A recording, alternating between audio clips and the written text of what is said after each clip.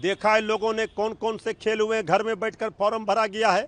आधार card को, ration card को, MNREGA card को, वोटर आई कार्ड को मान्यता नहीं दी गई, तो सबके पास तो पासपोर्ट है नहीं। ये कोई पहली बार तो हुई नहीं है।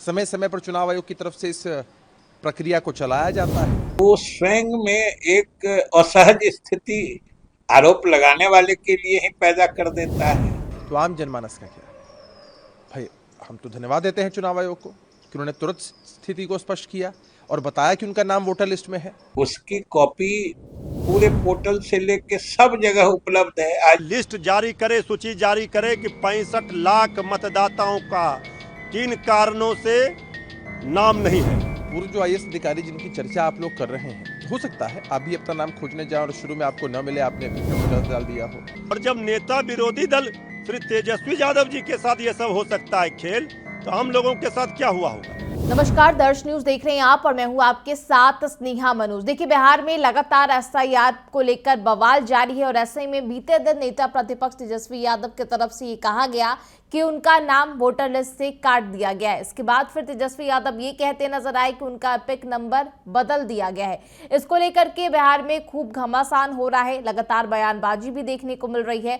और ऐसे में देखिए, मंत्री विजय चौधरी के साथ साथ जेडीयू के अभिषेक झा का भी बयान सामने आया है। साफ तौर पर उनके तरफ से ये कहा जा रहा है कि विपक्ष के जो तमाम नेता हैं और जो तेजस्वी यादव है, वो जनता के बीच भ्रम फैलाने की कोशिश कर रहे हैं और बौखलाहट में इस तरीके की जो बयानबाजी है वो विपक्ष की तरफ से देखने को मिल रही है।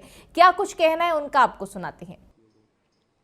तेजस्वी यादव जी ने अपनी पॉलिटिकल नौटंकी का एक नायाब नमूना फिर से पेश किया है। अब दो एपिक नंबर आप रखेंगे तो एक तो डिलीट हो ही जाएगा ना। तो तेजस्वी यादव जी ने एक तरह से राजनीतिक ब्लफ किया और एक कंफ्यूजन पैदा किया। उनकी मंशा सिर्फ सनसनी पैदा करने की थी और एपी सेंटर कहां था? बिहार में। कि भाई सनसनी पैदा होगी, लोगों तक संदेश जाएगा कि जब नेता प्रतिपक्ष का नाम वोटर लिस्ट से कट सकता है तो आम जनमानस का क्या भाई। हम तो धन्यवाद देते हैं चुनाव आयोग को कि उन्होंने तुरंत स्थिति को स्पष्ट किया और बताया कि उनका नाम वोटर लिस्ट में है। और बेशर्मी देखिए कि उसके बाद भी इनके प्रवक्ता, इनके नेता और खुद तेजस्वी यादव जी इस बात को डिफेंड कर रहे हैं। हमें लगता है कि ये लोकतंत्र में जहर के समान है। इन्होंने जो कृत्य किया है उसके लिए सार्वजनिक रूप से इनको माफी मांगनी चाहिए। अरे धरातल पर इनके बीएलए होंगे तब तो, इन पार्टियों का संगठन होगा तब तो। भाई ये जो प्रक्रिया हुई स्पेशल इंटेंसिव रिवीजन, ये कोई पहली बार तो हुई नहीं है। समय समय पर चुनाव आयोग की तरफ से इस प्रक्रिया को चलाया जाता है। अब जो लोग इस दुनिया में नहीं हैं, जो कहीं भी स्थापित हो चुके हैं, जिनका नाम एक से अधिक जगहों पर है, उनका नाम तो वोटर लिस्ट में हटना ही चाहिए।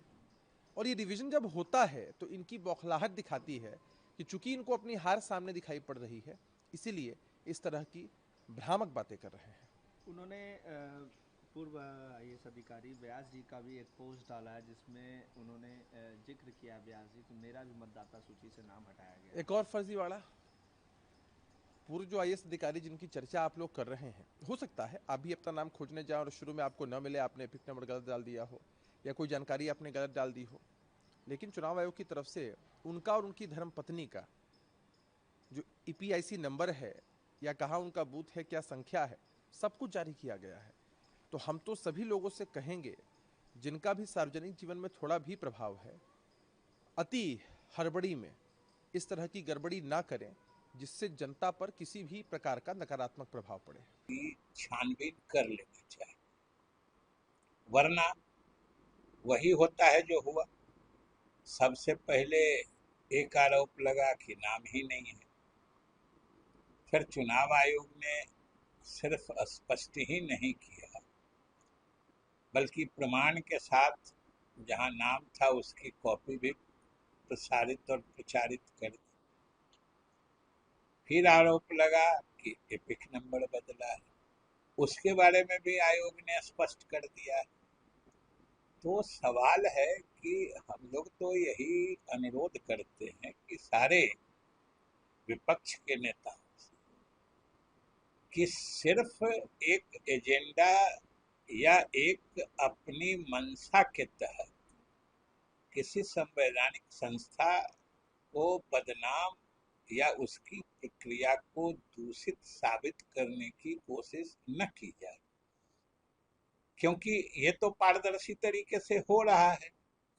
और चुनाव आयोग ने तो 1 तारीख को पूरा जो उनकी प्रस्तावित सूची है, ड्राफ्ट मैंने वोटर लिस्ट जो बना है, उसकी कॉपी पूरे पोर्टल से लेके सब जगह उपलब्ध है। आज बिहार के किसी कोने में बैठकर कोई मतदाता अपने नाम के संबंध में जानकारी ले लेता है। तो इसमें किसी तरह से के हड़बड़ी में नहीं आना चाहिए, वरना हड़बड़ी में गड़बड़ी होती है और जब उसका पर्दाफाश होता है तो वो स्वयं में एक असहज स्थिति आरोप लगाने वाले के लिए ही पैदा कर देता है। और अभी तक जो चुनाव आयोग की प्रक्रिया रही है या जो उसकी कार्यशैली रही है, अभी तक कुछ भी ऐसा नहीं हुआ है जिसके बारे में उनको किसी आरोप के दायरे में लाया जा सके। ऐसे ही शुरू में जब ये शुरुआत हुई थी SIR की, इसको किसी खास समुदाय के ऊपर लक्षित माना गया था, या किसी का नाम काटने के लिए किया जा रहा है। और आज जब हाउस टू हाउस सर्वे जो कहते हैं, जिसको घर शुमारी कहते हैं, सभी जगह जाके एक एक मतदाता का सत्यापन किया गया है सरकारी अधिकारियों के द्वारा। और पारदर्शिता का तरीका देखिए कि सिर्फ सरकारी अधिकारी यानी BLO ही नहीं गए, चुनाव आयोग ने हर पार्टी से अपना अपना एजेंट देने को कहा हर बूथ के लिए, और उनको भी कहा गया कि आप रहिए, देखिए सरकारी अधिकारी क्या करते हैं। दूसरी तरफ देखिए आरजेडी के मृत्युंजय तिवारी का भी बयान सामने आया है एपिक नंबर बदले जाने को लेकर के। वो क्या कुछ कहते नजर आ रहे हैं, आपको सुनाते हैं। देखिए, नेता प्रतिपक्ष श्री तेजस्वी यादव जी का एपिक नंबर चेंज, इसी का तो सवाल है। SIR में किस तरह फर्जीवाड़ा हुआ है। जब नेता विरोधी दल का एपिक नंबर चेंज हो सकता है तो आम लोगों का क्या हुआ होगा। 65 लाख मतदाताओं को वोट देने के अधिकार से वंचित कर दिया गया। इसकी सूची जारी करनी चाहिए चुनाव आयोग को कि किन कारणों से इनका नाम नहीं है। हर विधानसभा में 25,000 से 30,000 वोट प्रभावित हो रहे हैं। ये कौन सा खेल चल रहा है। अगर जीवित को मृत घोषित कर दिया गया और मृत को जीवित कर दिया गया, किस तरह SIR में फर्जीवाड़ा हुआ, कई वीडियो वायरल हुए हैं, देखा है लोगों ने कौन कौन से खेल हुए। घर में बैठकर फॉर्म भरा गया है, आधार कार्ड को, राशन कार्ड को, मनरेगा कार्ड को, वोटर आई कार्ड को मान्यता नहीं दी गई। तो सबके पास तो पासपोर्ट है नहीं। जो डॉक्यूमेंट मांगे जा रहे थे चुनाव आयोग के द्वारा, आवासीय प्रमाण पत्र में क्या घपला हुआ है। डॉग बाबू, कुत्ता बाबू, सोनाली ट्रैक्टर के नाम से और मोबाइल बैटरी के नाम से आवासीय प्रमाण पत्र जारी कर दिया गया। इसका जवाब कौन देगा। श्री तेजस्वी यादव जी लोकतंत्र की जननी बिहार में लोकतंत्र की हत्या नहीं होने देंगे। चुनाव आयोग सामने आकर बिंदुवार सफाई दे और लिस्ट जारी करे, सूची जारी करे कि 65 लाख मतदाताओं का किन कारणों से नाम नहीं है। लेकिन इपिक नंबर का आपने जिक्र किया, तो इपिक 2020 का भी इपिक नंबर तुरंत भाई जो नंबर पर दिखाया जा रहा है, तेजस्वी जी ने तो सामने आकर के आप लोगों के सामने दिखाया, उसमें उनका नाम नहीं आया।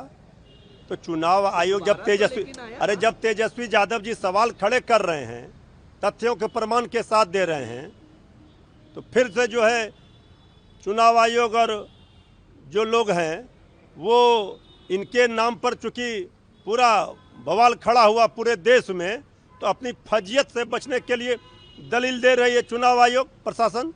चुनाव आयोग ने यह भी कहा है कि अगर किसी भी तरीके की कोई गड़बड़ी है तो उसके लिए भी एक समय निर्धारित किया गया है। 1 अगस्त से 1 सितंबर तक उस पे तमाम पार्टियों का 65 लाख मतदाता का सूची से नाम गायब होना, जब तक उसका पूरा डिटेल नहीं आएगा, सूची नहीं आएगी चुनाव आयोग के द्वारा, तो लोग आपत्ति भी नहीं दर्ज कर पाएंगे। और जब नेता विरोधी दल श्री तेजस्वी यादव जी के साथ ये सब हो सकता है खेल, तो हम लोगों के साथ क्या हुआ होगा। तो देखिए, बिहार में एसआईआर को लेकर लगातार घमासान जारी है और ऐसे में विपक्ष का ये कहना है कि एसआईआर की प्रक्रिया में फर्जीवाड़ा किया गया है और 65 लाख लोगों के नाम काट दिए गए हैं। तो दूसरी तरफ सत्ता पक्ष इसको लेकर लगातार स्पष्टीकरण देता हुआ सामने दिख रहा है और विपक्ष को ही लेकर टारगेट करता हुआ नजर आ रहा है। फिलहाल इस खबर में इतना ही। तमाम खबरों के लिए बने रहे दर्श न्यूज के साथ। नमस्कार।